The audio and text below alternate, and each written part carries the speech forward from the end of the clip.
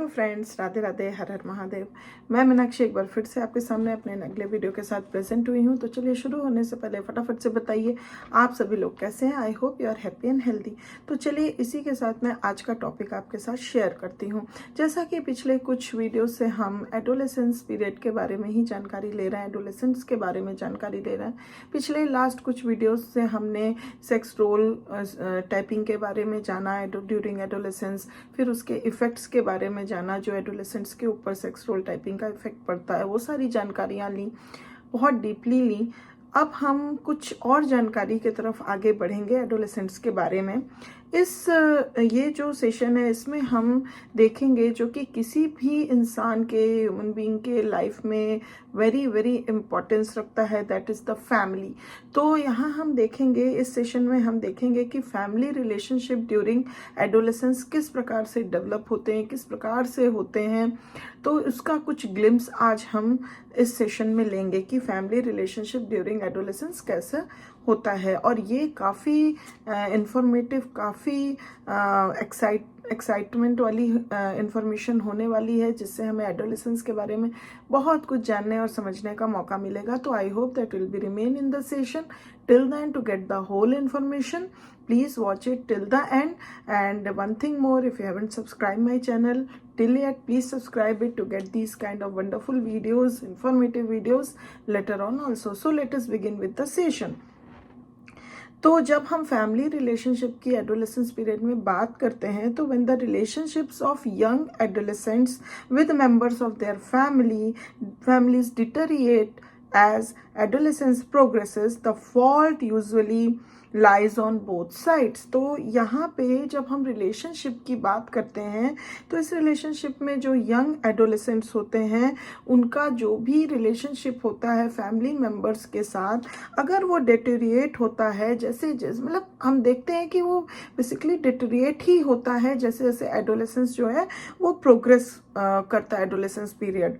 तो यहाँ जो फॉल्ट है वो lies on the both sides, मतलब यहाँ हम कह सकते हैं कहीं ना कहीं फॉल्ट दोनों तरफ से होती है, मतलब एडोलेसेंट्स के तरफ से भी, बच्चों के तरफ से भी, और as well as family members और इवन पेरेंट्स के तरफ से भी।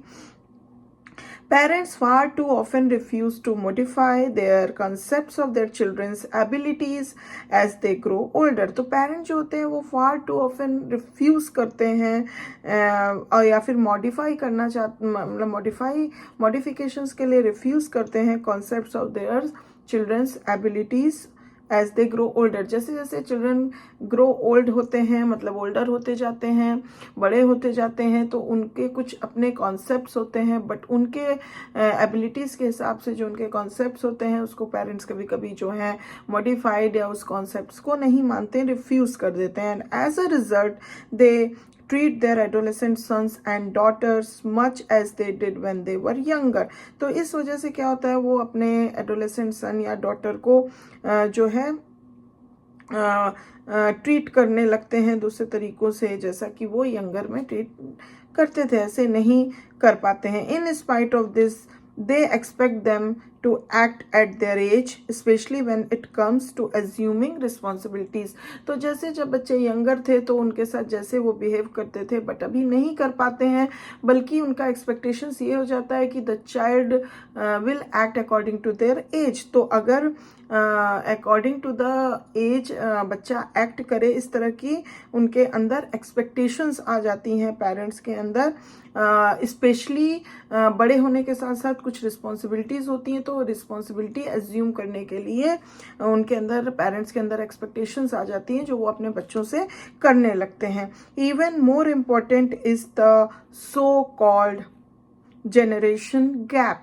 तो यहाँ पे सब एक इम्पॉर्टेंट बात है जिसको कि हम कह सकते हैं sir generation gap between adolescents and their parents. तो एडोलेसेंट्स और पेरेंट्स के बीच में जो जनरेशन गैप होता है वो यहाँ पे काफ़ी देखने को मिलता है। And this gap is partly, अब ये गैप क्यों होता है, partly because of the result of radical changes in values and standards of behavior that normally occur in any rapidly changing culture.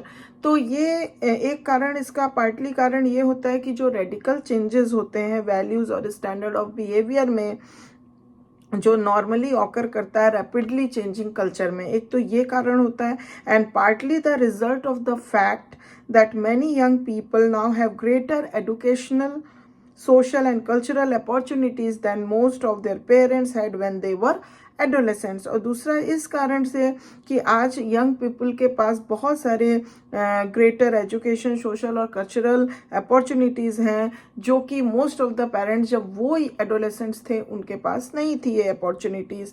तो ये कुछ कारण है जिस वजह से हम कह सकते हैं कि जनरेशन गैप देखने को मिलता है, और इस वजह से सोच, एटीट्यूड्स, बिहेवियर, ये सारी चीज़ों में भी हम एक जनरेशन गैप एडोलेसेंट्स और उनके पेरेंट्स के बीच में देख सकते हैं। Thus it is more correctly a cultural gap, not due entirely to difference in chronological age। तो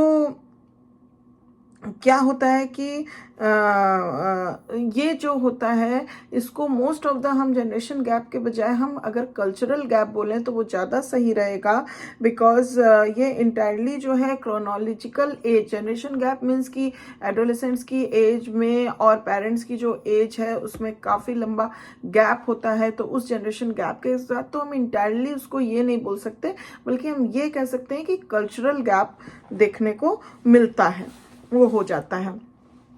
Parents cannot be blamed for all the friction that develops between them and their adolescent children।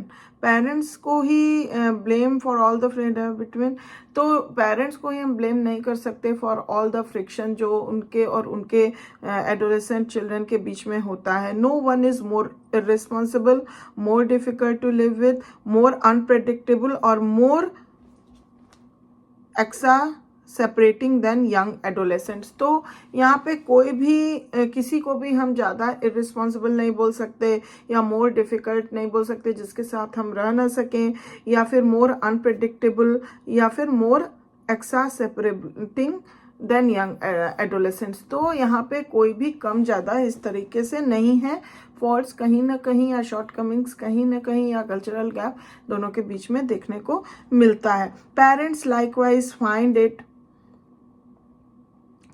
तो यहाँ पे क्या होता है, एक चीज़ और हम देख सकते हैं, देयर इनएबिलिटी और unwillingness to communicate with their parents helps to widen the gap between them. तो यहाँ पे एडोलेसेंट्स क्या होते हैं, उनकी जो इनएबिलिटी हम कह सकते हैं या अनविलिंगनेस होती है कम्युनिकेट करने की अपने पेरेंट्स से, ये जो है उनको और मतलब सपोर्ट हम कह सकते हैं और ज़्यादा हेल्प करती है इस गैप को और भी ज़्यादा बड़ा बनाने में, वाइडन करने में। Parents likewise find it difficult to accept their adolescent children's objections to the restraints they regard as necessary. तो यहाँ पे हम पेरेंट्स में भी लाइकवाइज ये देख सकते हैं कि वो बहुत डिफ़िकल्ट फील करते हैं इस बात को एक्सेप्ट करना कि उनके एडोलेसेंट चिल्ड्रन किसी बात को लेके ऑब्जेक्शन या रिजेक्शंस या उनके बनाए हुए रिस्ट्रेंट्स जो हैं, जो रूल्स हैं या फिर जो भी बंधन उन्होंने बनाए हैं या जो भी रिस्ट्रेंट्स उन्होंने क्रिएट किए हैं जो उनके हिसाब से, पेरेंट्स के हिसाब से नेसेसरी हैं, उसके प्रति अगर उनके एडोलेसेंट चिल्ड्रंस जो ऑब्जेक्शंस दिखाते हैं या रिजेक्शंस दिखाते हैं, तो इस बात को एक्सेप्ट करना पेरेंट्स के लिए भी काफ़ी डिफ़िकल्ट होता है।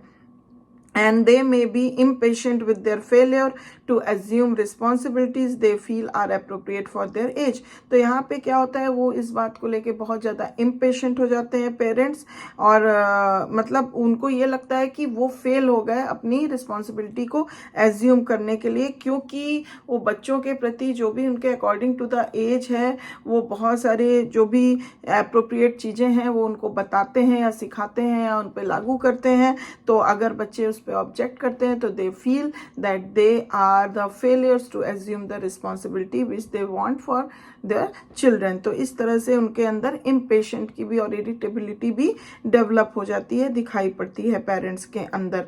There sources of irritation generally reach their peak between 14 and 15 years.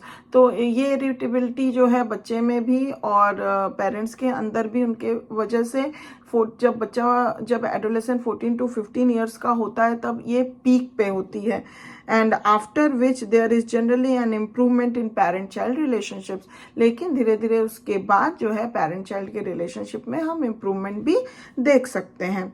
Equally important, many adolescents feels that their parents do not understand them and that their standards of behavior are old fashioned. तो यहीं पे कुछ adolescents ऐसे भी होते हैं जिनको ये लगता है कि उनके पेरेंट जो हैं उनको समझ नहीं रहे हैं, अंडरस्टैंड नहीं कर रहे हैं, और साथ ही साथ जो उनका स्टैंडर्ड ऑफ बिहेवियर है वो चिल्ड्रन के हिसाब से जो है ओल्ड फैशन है. बहुत सारे एडोलेसेंट्स अपने पेरेंट्स के जो भी स्टैंडर्ड ऑफ बिहेवियर है उसको ओल्ड फैशन भी बताते हैं. And this is due to more of the cultural gap, और ये इसका मूल कारण जो है वो कल्चरल गैप भी हम कह सकते हैं, वही होता है. अब क्या है कि बहुत कुछ ग्लिम्स हमको मिला कि एडोलेसेंस पीरियड में पेरेंट चाइल्ड का रिलेशनशिप या फैमिली रिलेशनशिप हम किस तरीके से जान सकते हैं. अब यहाँ पे क्या है कि कुछ ऐसे कॉजेज होते हैं जो फैमिली फ्रिक्शन को बढ़ावा देते हैं या फैमिली फ्रिक्शन होने के कारण बनते हैं एडोलेसेंस पीरियड में, एडोलेसेंस में. तो वो क्या कॉजेज हैं ऑफ फैमिली फ्रिक्शन, ये मैं अपने अगले सेशन में लेके आऊँगी. इसलिए अभी तक मेरे चैनल को सब्सक्राइब नहीं किया है तो प्लीज़ जल्दी से सब्सक्राइब करिए. किसके सीरीज़ में और भी अच्छी अच्छी इन्फॉर्मेशंस आपको रेगुलर मिलती रहे, आसानी से मिलती रहे. और thank you very much for watching this video till the end. मैं आशा करती हूँ कि आपको इससे काफ़ी जानकारियाँ प्राप्त हुई होंगी, और अगर अच्छा लगा है तो प्लीज़ एक लाइक ज़रूर दे दीजिए. And if you have any question, any query, any comment regarding any kind of information, please give it to the comment box. I will back soon with my exciting and more informative session for you next time. Till then, please take good care of yourself. Bye bye.